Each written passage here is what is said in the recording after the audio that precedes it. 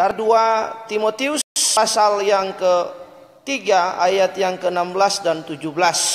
Bapak Ibu, segala tulisan yang diilhamkan Allah memang bermanfaat. Yang pertama untuk mengajar, menyatakan kesalahan, memperbaiki kelakuan, dan untuk mendidik orang dalam kebenaran. Ayat yang ke-17, dengan demikian tiap-tiap manusia kepunyaan Allah diperlengkapi untuk setiap perbuatan baik. Bapak Ibu yang dikasihi oleh Tuhan Yesus Kristus, kita melihat akhir-akhir ini ada begitu banyak pengajaran atau pelajaran di mana Injil itu diselewengkan. Injil itu diselewengkan sehingga Injil itu diselewengkan oleh pengajar-pengajar sehingga umat tidak memahami dengan baik, tidak memahami dengan benar apa itu keselamatan. Kok kosong kursi? Tidak memahami apa itu keselamatan. Keselamatan artinya usaha atau upaya Allah untuk mengembalikan manusia pada rancangan semula. Bapak Ibu, kita memperhatikan akhir-akhir ini ada begitu banyak angin pengajaran sehingga membingungkan jemaat. Nah, kalau di kalangan Pentakosta, Neo-Pentakosta, kita mengenal hampir setiap minggu, setiap bulan, setiap tahun mereka memberikan pernyataan ada new revelation, pewahyuan yang baru. Jadi pengajaran-pengajaran yang baru muncul. Karena itu sebagai orang Kristen, sebagai anak-anak Tuhan, kita perlu dididik supaya kita memahami, mengenal, mengetahui mana Injil yang benar, mana Injil yang palsu. Karena Injil yang benar selalu membawa kita menuju sebuah keserupaan menjadi dengan Tuhan yang kita sembah, Tuhan yang kita puja, Tuhan yang kita puji, Tuhan yang menjadi sesembahan kita, Tuhan yang menjadi idol kita. Perhatikan ayat ini. Di situ dikatakan bahwa segala tulisan yang diilhamkan Allah, pasagrafe theopneustos. Bapak Ibu perhatikan di sini. Segala tulisan yang diilhamkan Allah memang bermanfaat untuk mengajar, menyatakan kesalahan, untuk memperbaiki kelakuan, dan untuk mendidik orang dalam kebenaran. Nah, Bapak Ibu lihat. Pernyataan Rasul Paulus ini sejajar semakna dengan apa yang sudah dijabarkan dalam Injil, dan kemudian selaras semakna dengan maksud dan tujuan Allah, yaitu mengembalikan manusia kepada rancangan semula. Bapak Ibu dan anak-anak yang dirahmati dikasihi oleh Tuhan Yesus, pernyataan Allah yang hebat, yang luar biasa, sekaligus menandakan keberadaan manusia itu ketika jatuh dalam dosa. Di dalam Roma 3 ayat yang ke-23, bahwa semua manusia telah kehilangan kemuliaan Allah. Bapak Ibu perhatikan dulu. Nah, karena itu ketika manusia jatuh ke dalam dosa, mereka tidak dapat memahami maksud Allah, kehendak Allah, tujuan Allah di dalam kehidupannya. Tuhan Yesus itu menjadi kurios, menjadi majikan, menjadi tuan, menjadi sesembahan bagi kita. Karena manusia sudah jatuh ke dalam dosa itulah, maka rancangan keselamatan adalah usaha Allah untuk mengembalikan manusia pada rancangan semula. Itulah sebabnya Yohanes membuka Injil. Matius membuka Injil pada Matius pasal 3 ayat pertama dan kedua, bahwa mulai hari itu Yohanes memberitakan, bertobatlah sebab kerajaan sorga sudah dekat.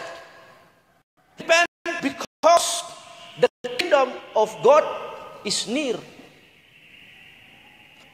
Yesus juga mengulangi pernyataan yang sama supaya sesuai dengan maksud dan tujuan Allah, yaitu mengembalikan manusia tadi pada rancangan semula. Di dalam Matius pasal yang keempat ayat 17, dia bilang apa? Di situ dikatakan bahwa mulai hari itu Yesus juga mengajar, Yesus juga mengkhotbahkan, Yesus juga mempercakapkan, Yesus memberikan pengajaran, memberitakan, to preach, to declare. Jika kita tidak bertobat, kita semua akan pergi ke neraka. Repent because the kingdom of God is near. Inilah pesan yang dibawa supaya selaras, semakna, sesuai, sederap dengan apa yang dikatakan oleh Rasul Paulus dalam Roma pasal yang ketiga ayat yang ke-23. Bapak Ibu, anak-anak remaja yang dikasihi oleh Tuhan Yesus Kristus. Itulah sebabnya dalam Yohanes pasal yang ke-16 ayat yang ke-8 sampai ayat yang ke-11 berkata bahwa jika Roh Kudus itu datang, Dia akan menuntun kamu, akan menginsafi kamu akan tiga hal. If Holy Spirit come, Holy Spirit is Parakletos. Apa itu Parakletos? Pribadi, the personal of God, the Spirit of God stand beside us to give advocate to us. Roh Allah, Roh Kudus berdiri di samping kita untuk mengadvokasi kita. Nah, ini kata advokasi ini begitu hebat, memberikan pertolongan. Nanti kita belajar, kita lihat sama-sama.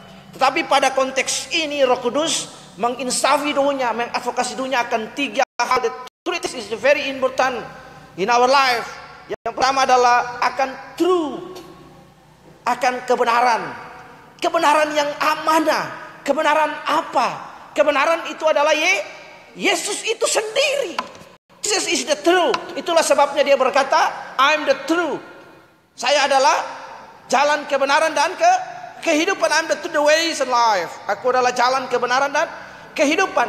Tidak ada seorang pun yang bisa sampai kepada Bapa tanpa melalui aku. Itulah yang dikumandangkan oleh Tuhan Yesus.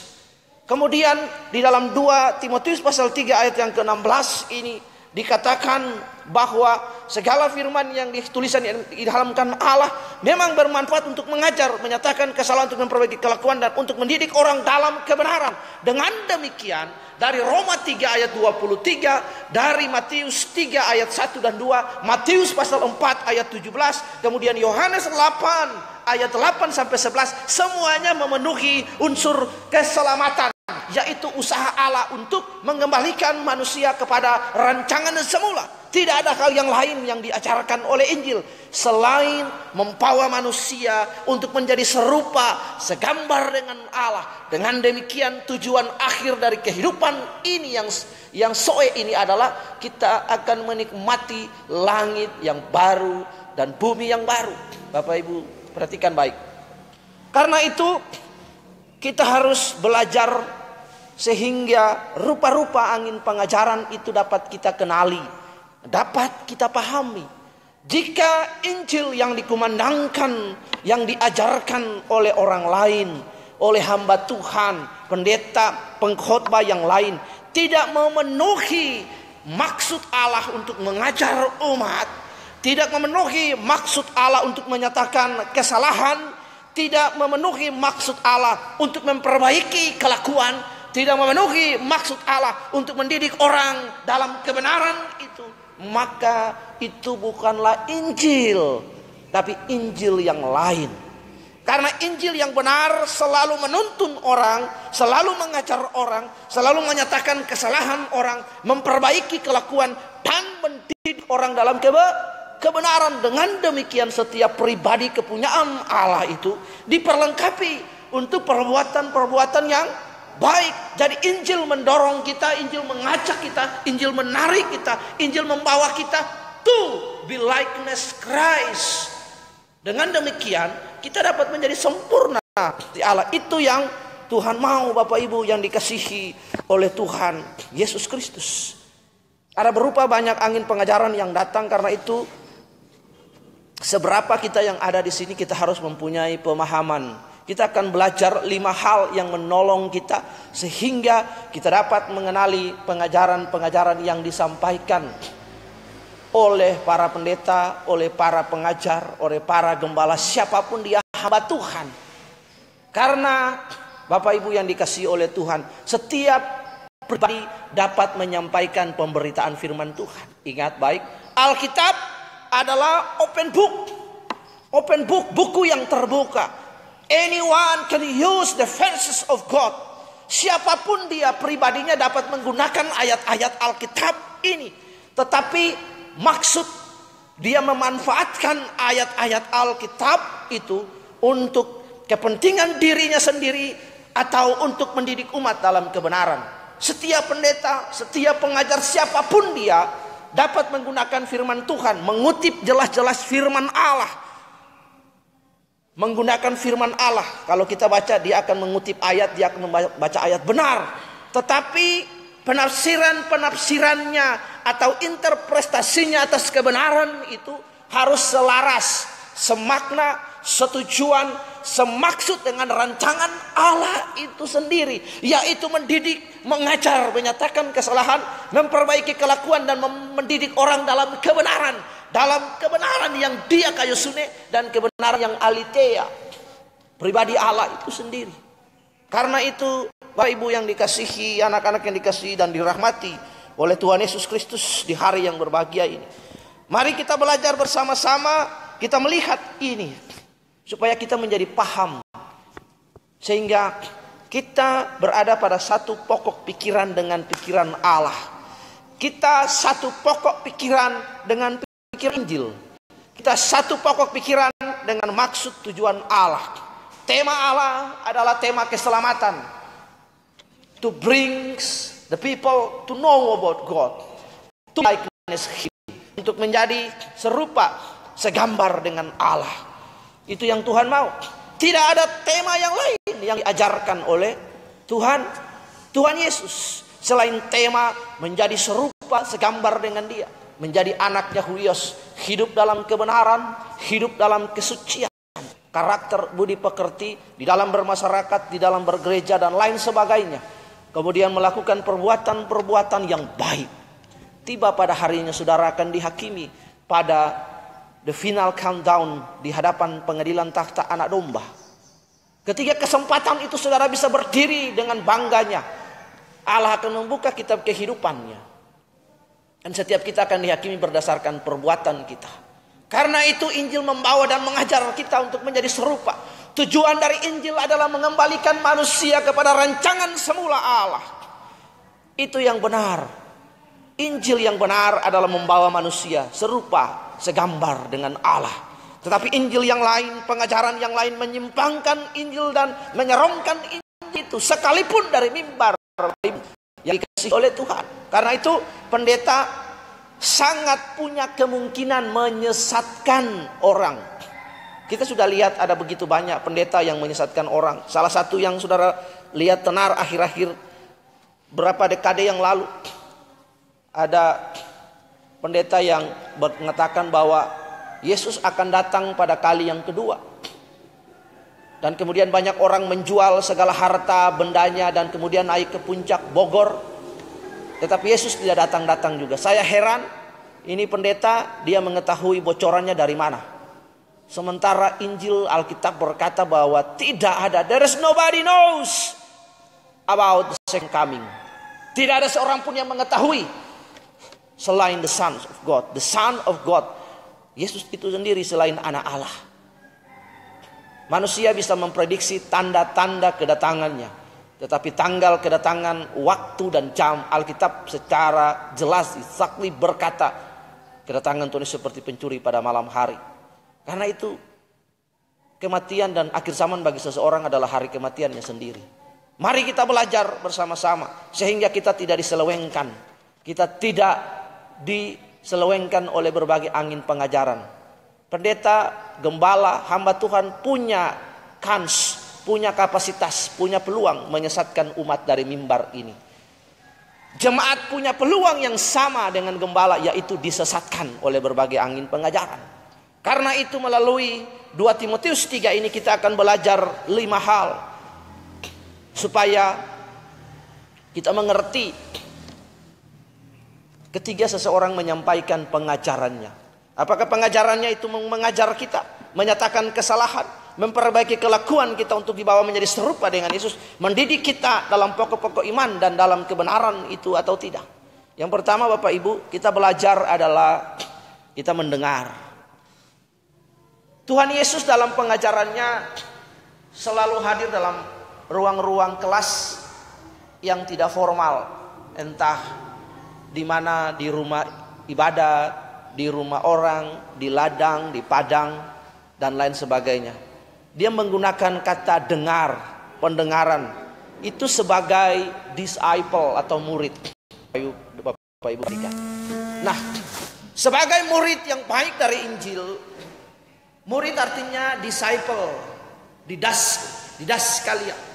Seseorang pribadi yang memilih memutuskan mengikuti orang lain, tinggal bersamanya, makan dengannya, mengikuti apa yang dia kerjakan, menjadi serupa dengan dia. Itulah kita menjadi murid Yesus. Karena itu yang pertama, kita harus belajar mendengarkan firman Tuhan.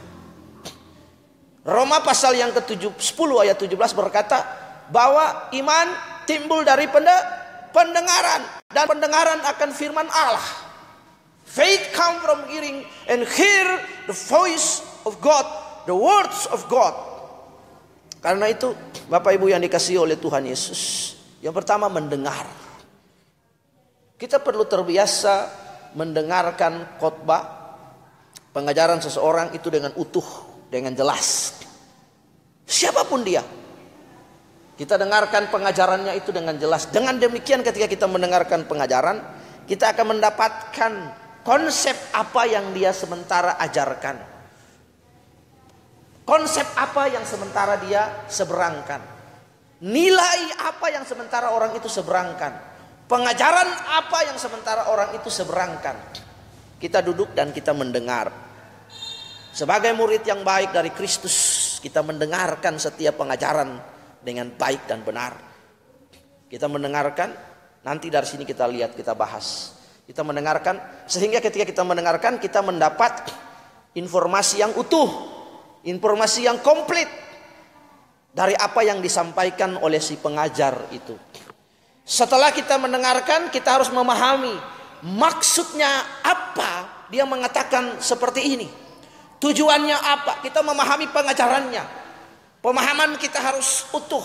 Apakah pengajarannya itu selaras, serasi, semakna, setujuan dengan Injil yang adalah tujuan Allah untuk membawa kita menjadi serupa dengannya. Pertama mendengar, yang kedua memahami, tidak jauh berbeda, tetapi berkaitan. Yang ketiga Bapak Ibu, tadi saya bilang bahwa pendeta punya peluang menyesatkan kita dari mimbar ini. Mimbar ini pendeta punya potensi, punya kemampuan yang sangat besar untuk menyesatkan umat. Yang kedua, umat punya potensi yang sama dengan pendeta, gembala yang mengajar hamba Tuhan, yaitu disesatkan. Karena itu yang ketiga adalah, pertama kita sudah mendengar, kita sudah memahami, lalu yang ketiga kita mengujinya, menguji kebenaran itu. Bapak Ibu, kita membuka di dalam Kisah Para Rasul yang ke-17 ayat ke-11. Satu orang tolong berdiri dan membacakannya dengan suara yang lantang sekali. Kisah Para Rasul pasal yang ke-17 ayat yang ke-11 sampai 12. Yang sudah dapat boleh berdiri, anak muda satu, Joe, Roslin, beri suara yang keras dan membacakannya.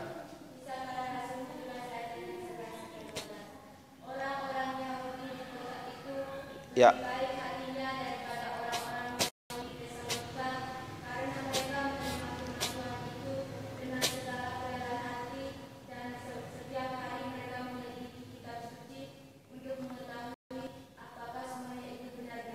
Iya, silakan. Terima kasih Bapak Ibu.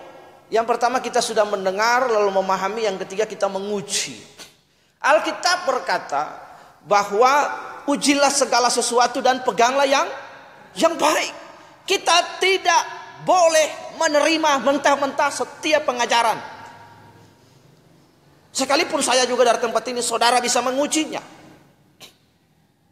Ujilah segala sesuatu dan peganglah yang baik. Orang sekelas Rasul Paulus pun diuji pengajarannya. Kita mengetahui Rasul Paulus seorang yang hebat, seorang yang luar biasa, sangat terdidik dalam Yudaisme sebagai akar kekristenan. Dia dibimbing di bawah Gamaliel, anak daripada Simon the Great, seorang rabi yang besar pada zamannya. Kita melihat setelah dia bertobat, dia dididik di bawah pokok-pokok iman Kristen oleh Barnabas, Silas. Kita melihat dia cakap sekali. Tuhan memakainya dengan luar biasa dalam pelayanan penginjilan kepada orang-orang di luar Yahudi. Bapak Ibu, kita melihat di sini Paulus pun diuji apakah benar pengajarannya demikian. Diuji dengan apa? Diuji dengan kebenaran. Kebenaran waktu itu adalah hukum-hukum Alkitab yang sudah ada waktu itu, kitab-kitabnya. Apakah benar demikian? Kitab-kitab yang sudah ada, nubuatan Nabi Yesaya dan kitab-kitab yang lain. Waktu itu belum ada kitab Alkitab kita yang dalam bentuk sekarang, yang kita sebut Bible, yang kita sebut Alkitab, yang terdiri dari 66 kitab, 39 PL, kemudian 27 kitab perjanjian baru. Nah, Bapak Ibu, Paulus pun diuji. Tidak ada siapapun yang boleh luput atau ada pengecualian bagi hamba Allah itu untuk apa? Untuk tidak diuji pengajarannya. Pengajarannya harus diuji dulu. Apakah pengajarannya itu selaras, semakna, setujuan dengan Injil yang membawa manusia kepada rancangan semula Allah. Ini yang harus. Nah, seringkali kan pendeta berkhotbah, kemudian jemaatnya dengan gampang saja berkata haleluya, amin. Tidak seperti itu. Saudara harus menguji pengajarannya dulu. Paulus saja diuji. Karena itu jemaat punya potensi itu disesatkan. Pendeta punya potensi menyesatkan umat. Nah, kalau dua, satu menyesatkan, yang satu disesatkan. Bagaimana mungkin umat itu dibawa ke surga? Umat itu dibawa untuk memenuhi rancangan Allah dalam hidup mereka. Umat itu dibawa untuk menjadi serupa. Sementara banyak-banyak khotbah pengajaran yang tidak selaras dengan Injil. Bapak Ibu, Injil yang benar selalu berkata, bertobatlah, kerajaan Allah sudah dekat. Repent, because the kingdom of God is near. Ini yang harus dikumandangkan, Bapak Ibu yang dikasihi oleh Tuhan Yesus.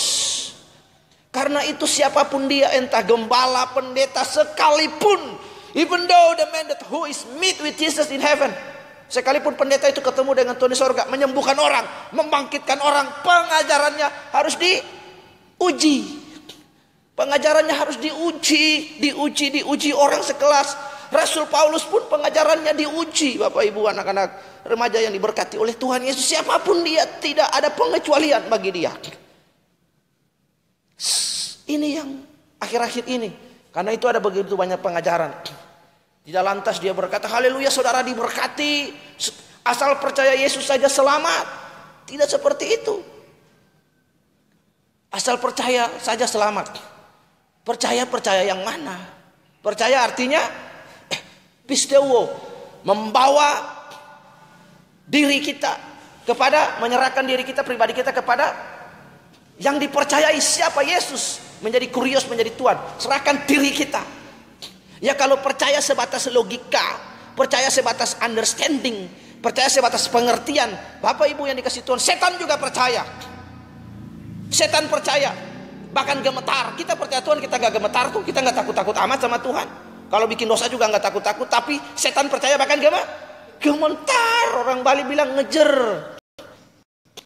Setan percaya bahkan gemetar. Nah, ini yang dimaksud dengan theis theoritis. Theis itu Allah. Theis theoritis orang yang mengenal Allah, tahu tentang Allah, tetapi dalam praktek hidupnya adalah ateis praktis.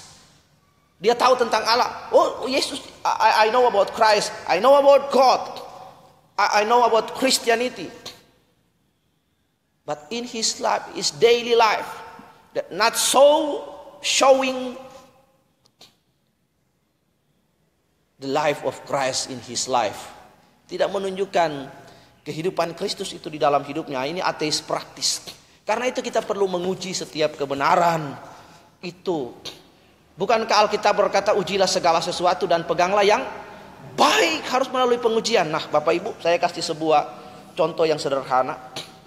Bapak Ibu, Alkitab yang saudara dan saya baca, Alkitab dan yang saudara pegang itu tidak lantas menjadi Alkitab yang hadir begitu saja.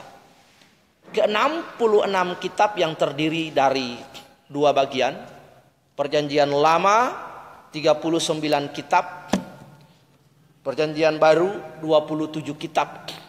Itu tidak hadir begitu saja lalu lantas kemudian menjadi sebuah buku yang sekarang kita pegang dan kita percayai sebagai firman Allah.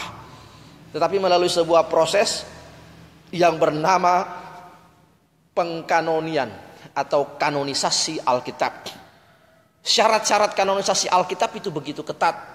Kitab-kitab yang ditulis itu harus sesuai dengan maksud dan tujuan Allah, harus memenuhi unsur kesaksian. Orang-orang yang menulisnya dapat diklarifikasi orang-orang yang hidup pada zamannya. Kemudian dalam Perjanjian Baru, Injil pada zaman Yesus dan lain sebagainya. Begitu ketat sekali kitab-kitab ini ditulis. Akhirnya menjadi sebuah kitab yang kita sebut Alkitab, buku di atas segala buku ini. Bapak Ibu, Alkitab itu melalui sebuah proses yang panjang. Penelitian setiap pribadi, setiap tokoh, setiap buku-buku yang ditulis melalui pengkanonian yang sangat ketat. Nah, ada buku-buku setelah melalui penelitian survei yang ketat dan lain, buku-buku itu dikumpulkan kemudian menjadi Alkitab. Lalu kita mempercayainya sampai hari ini. Karena itu beberapa bulan yang lalu saya sudah ajar Alkitab memiliki kekuatan yang namanya ineransi. Alkitab infallibility, tidak salah, tidak pernah salah dan tidak akan salah. Alkitab memiliki kekuatan itu. Di luar pengkanonian Alkitab itu kita menemukan ada Injil Barnabas, ada tambahan pada kitab Bel, Susan dan Naga, bayangkan dan lain-lain sebagainya. Jadi kitab-kitab yang uncanonical itu tidak diakui karena tidak memenuhi maksud dan tujuan Allah dan kemudian tidak bisa diverifikasi. Alkitab memiliki sebuah asas yang bernama unus testis, nullus testis. Satu saksi bukanlah saksi. Karena itu penulis-penulis Alkitab itu ada kesaksian, ada penubuhan dan lain sebagainya. Jadi nggak sembarang. Nah, Alkitab itu melalui proses yang panjang, teliti dan sangat ketat sekali sehingga menjadi sebuah buku hari ini yang kita pegang, yang kita percaya sebagai otoritas hidup orang Kristen. Yang di dalam 2 Timotius 3 ayat 16 berkata, "Pasagrafe theopenitos kai ovelimos pros didaskalian pros eparnotosin ten ido kayusune." Artinya segala tulisan yang diilhamkan Allah memang bermanfaat untuk mengajar, menyatakan kesalahan, memperbaiki kelakuan dan mendidik orang dalam kebenaran. Kebenaran dimaksud adalah kebenaran yang pertama aletheia, kebenaran dia kayusune, kebenaran secara understanding kita dan dalam Kristus Yesus. Yohanes 8 ayat 32 berkata, "Jika kamu mengetahui kebenaran, if you know about the truth shall make you free." Kebenaran, jika kamu mengetahui Kristus, Kristus akan memerdekakan kamu. Nah, ini yang luar biasa Bapak Ibu yang dikasih oleh Tuhan dari Alkitab melalui proses yang ketat. Nah, kalau Alkitab saja melalui proses yang ketat, apalagi pengajaran seseorang yang perlu kita klarifikasi dalam artian diuji apakah penafsirannya secara teologis jadi dipertanggungjawabkan, juga semakna selaras dengan maksud dan tujuan Allah, senafas dengan Injil itu. Karena Injil itu membawa orang untuk menjadi serupa dengan Tuhan Yesus, bukan khotbah yang kemakmuran. Iya, khotbah yang kemakmuran, soal mamon, soal duit saja yang diurus. Tapi soal pribadi ujung-ujungnya seorang pendeta punya tugas dan tanggung jawab membawa umat, mengajarkan umat untuk ke sorga, bukan untuk menikmati berkat itu otomatis. Bapak Ibu harus ingat, providensia Allah itu sudah diciptakan untuk mengatur alam semesta, melindungi alam semesta dan mencukupi kebutuhan umatnya alam semesta. Itu. Nah, akhir-akhir ini kan khotbah-khotbah yang seperti begini kan tidak dikumandangkan. Karena itu kita harus paham, siapapun dia. Yang pertama kita dengar khotbahnya, kita pahami khotbahnya ketika kita uji. Kita uji dia, setelah ini melalui proses pengujian.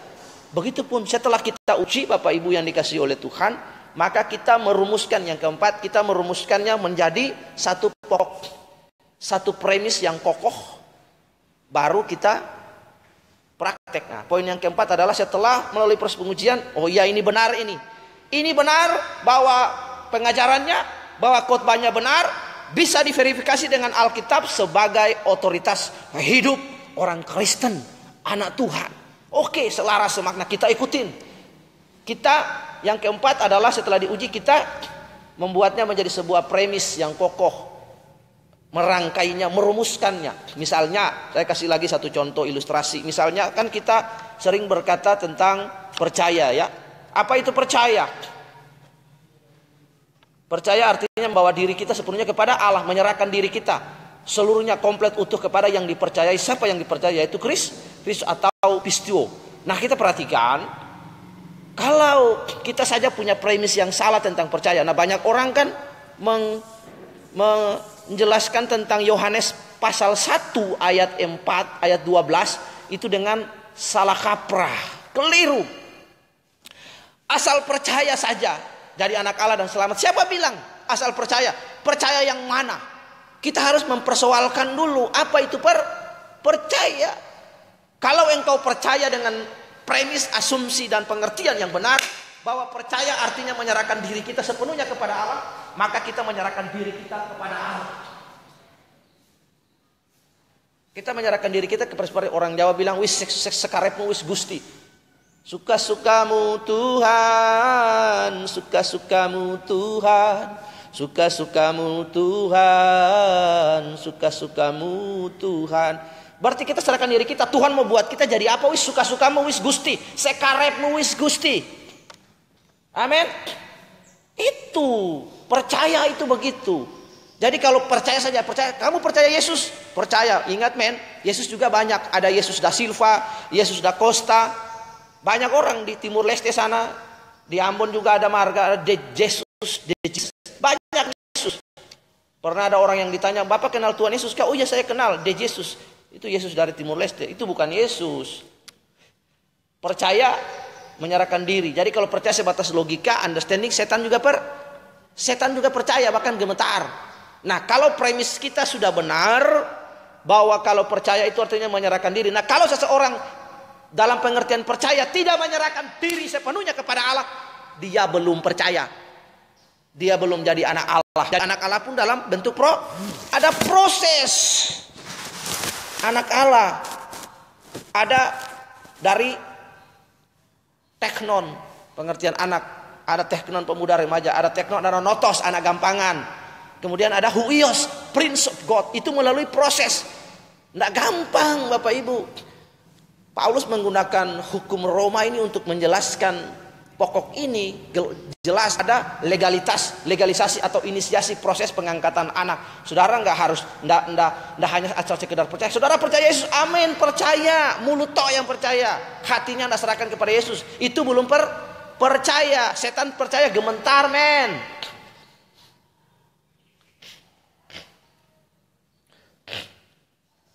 Itu. Jadi kalau kita yang poin yang keempat, kalau sudah menguji, yang keempat adalah merangkainya menjadi satu premis, satu nilai yang kita percaya, yang kita pedamani menjadi satu pokok. Nah, kalau kita sudah punya pengertian bahwa kita percaya itu adalah kita menyerahkan diri kita. Mari mulai hari ini kita menyerahkan diri kita sepenuhnya kepada Allah. Apapun yang terjadi, saya mati dengan Yesus, saya hidup dengan Yesus. Sudahlah, apapun yang terjadi, Yesus saja. Saya mau iring Yesus, saya mau iring Yesus sampai selama-lamanya. Meskipun saya susah menderita dalam dunia, saya mau iring Yesus sampai selama-lamanya.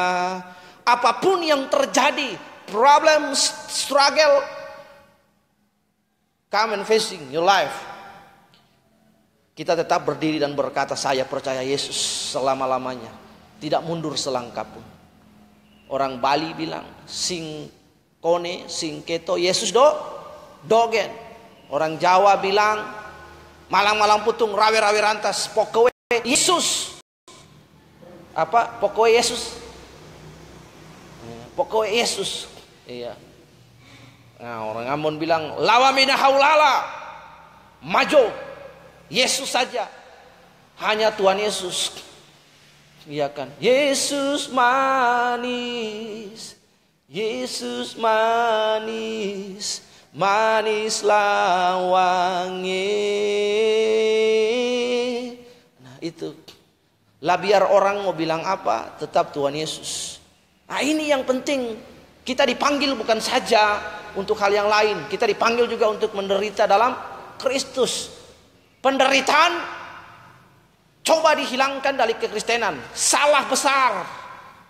Penderitaan oleh para pengkhotbah-pengkhotbah teori kemakmuran itu dicoba dihilangkan dalam pengajaran-pengajaran mereka. Bahwa kalau kita hidup, itu hidup berkelimpahan. Kelimpahan yang dimaksud adalah Yesus itu sendiri.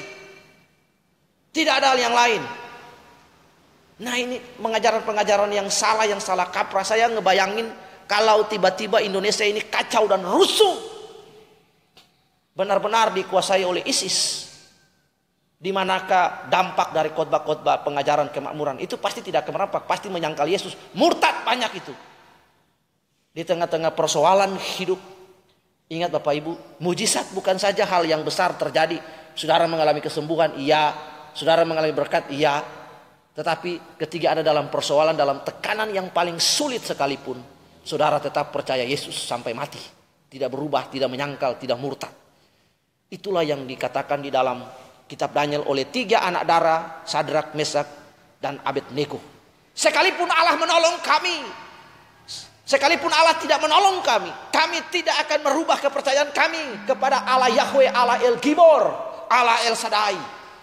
Tuhan menolong mereka. Ini pernyataan yang luar biasa sekali, pernyataan iman mereka. Harusnya kan kita begitu juga. Bapak Ibu perhatikan. Karena itulah poin keempat kita perlu merumuskan sehingga kita paham benar. Pendeta punya peluang untuk menyesatkan, jemaat punya peluang untuk disesatkan. Dengan demikian kalau kita sudah merumuskan menjadi satu poin, kita berpegang pada pengajaran yang benar. Oh iya, yang benar itu begini, kita ikutin. Yang kelima adalah kita praktek.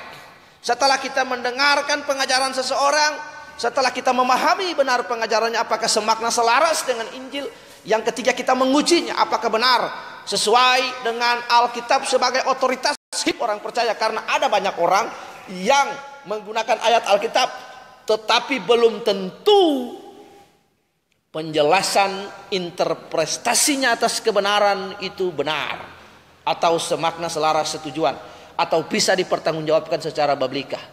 Ini yang baik, ini yang benar. Bapak Ibu yang dikasihi oleh Tuhan Yesus, setelah kita menyelidiki, kita diverifikasi, diuji. Setelah itu, setelah diuji, kita yakin diuji, baru kemudian kita merangkainya menjadi sebuah premis, sebuah nilai. Lalu yang kelima, kita menerapkan dan mengaplikasi.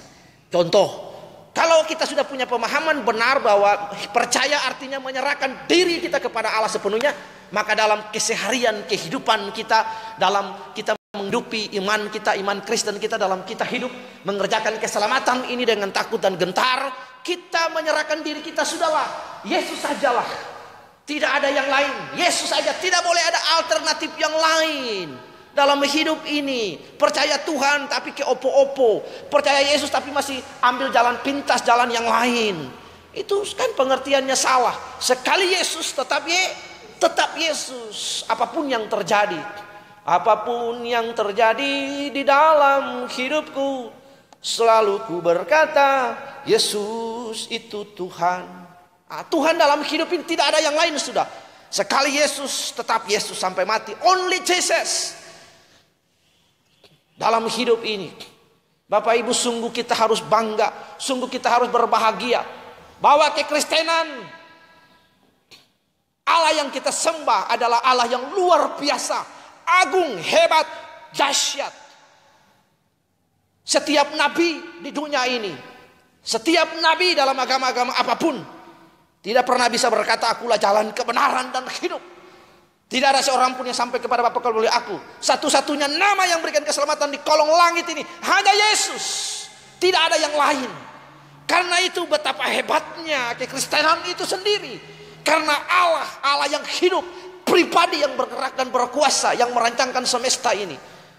Kita bangga karena Allah yang kita sembah bukan Allah yang sembarangan, yang ece-ece, tapi Allah yang hidup, yang menyelamatkan saudara dan saya, yang akan membawa saudara dan saya menjadi serupa segambar dengannya, menempatkan kita di langit baru, bumi baru.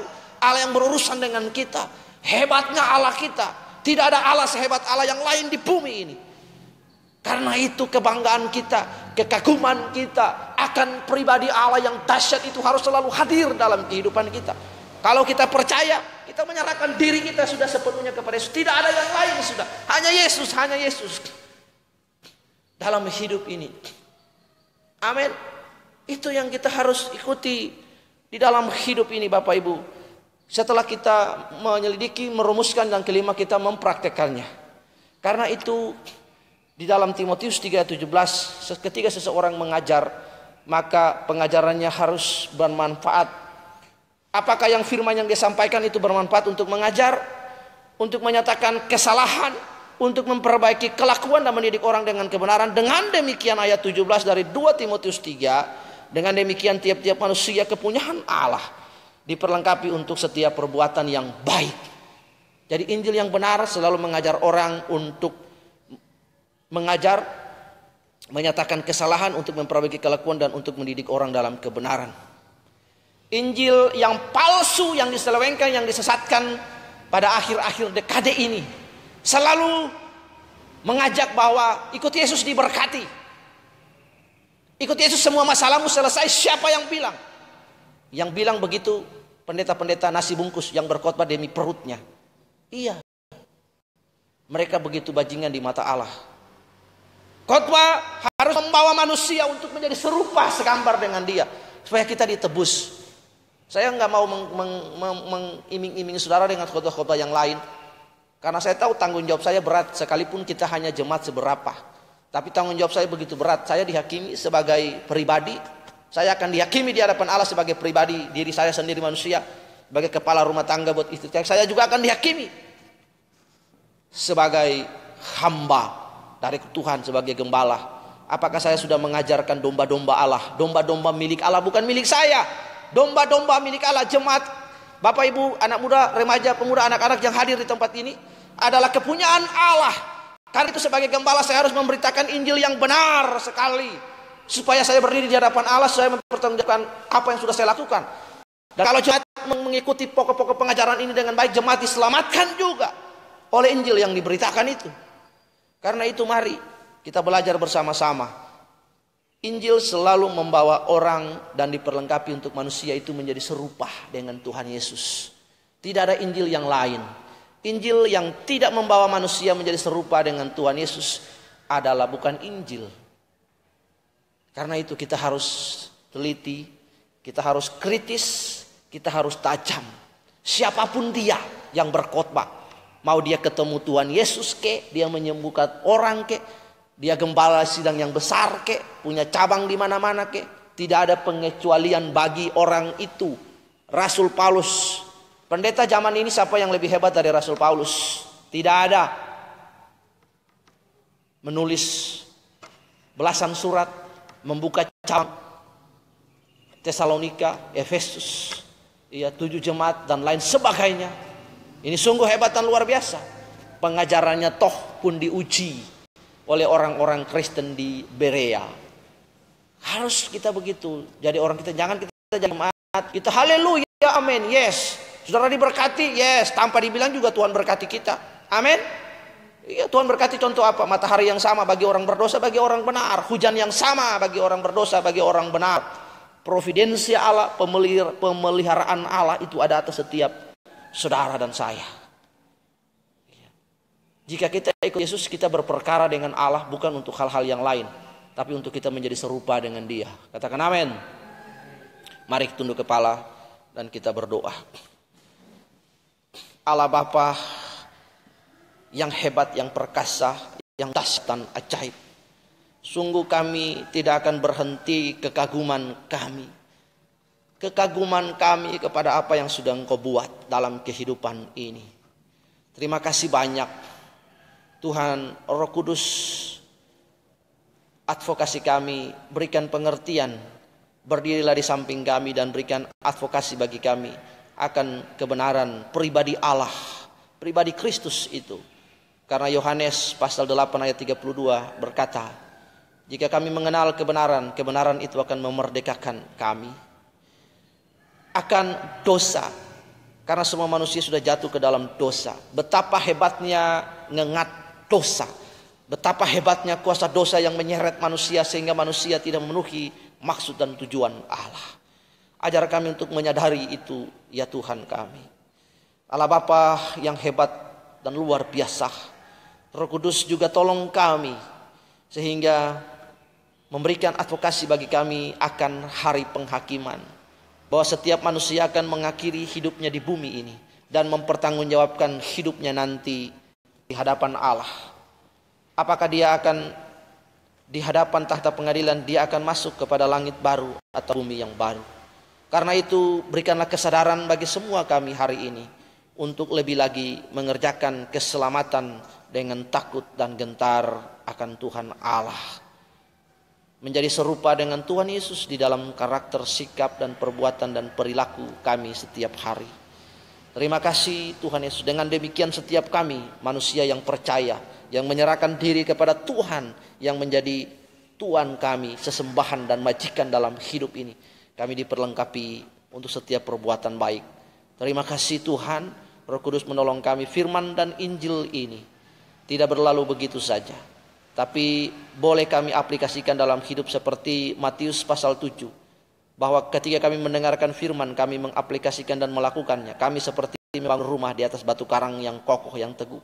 Ketika badai persoalan datang, rumah itu tetap kokoh. Karena mempunyai premis yang benar, nilai yang benar, filosofi akan kebenaran yang benar. Terima kasih. Kami akan menyelesaikan setiap persoalan pergumulan hidup karena kami punya pengertian yang benar. Terima kasih. Kami memiliki kecerdasan rohani yang mumpuni karena kami intim dengan Engkau Tuhan. Terima kasih. Tetapi yang tidak melakukan, membangun rumahnya di atas dasar kebenaran, di atas Kristus sebagai aletheia, kebenaran itu, maka Tuhan kami percaya rumah itu, fondasi kehidupannya tidak akan kuat dan roboh, akan rapuh. Terima kasih Tuhan Yesus. Roh Kudus terus mengerjakan kebenaran ini dalam kehidupan kami. Di dalam nama Tuhan Yesus kami berdoa dan mengucap syukur Engkau memberkati semua kami. Semua kami rindu untuk sampai dan bertemu di udara, sampai kepada langit baru dan bumi yang baru bersama-sama dengan Tuhan. Terima kasih Roh Kudus dan terima kasih Allah Bapa, pemilik daripada domba-domba di tempat ini. Hamba sebagai gembala daripada domba-dombamu ya Allah, sudah menyampaikan kebenaran sesuai dengan apa yang Engkau mau. Terima kasih, biarlah Roh Kudus menyempurnakannya. Di dalam nama Tuhan Yesus kami sudah berdoa dan kami mengucap syukur kepada Allah yang luar biasa, yang menjadi sesembahan kami, yang menjadi pujaan kami, yang menjadi Tuhan kami, di mana kehendak dan kemauan-Mu kami lakukan dalam kehidupan kami setiap hari.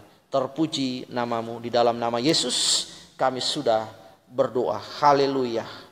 Amin. Tuhan Yesus memberkati. Saya kembalikan kepada worship leader.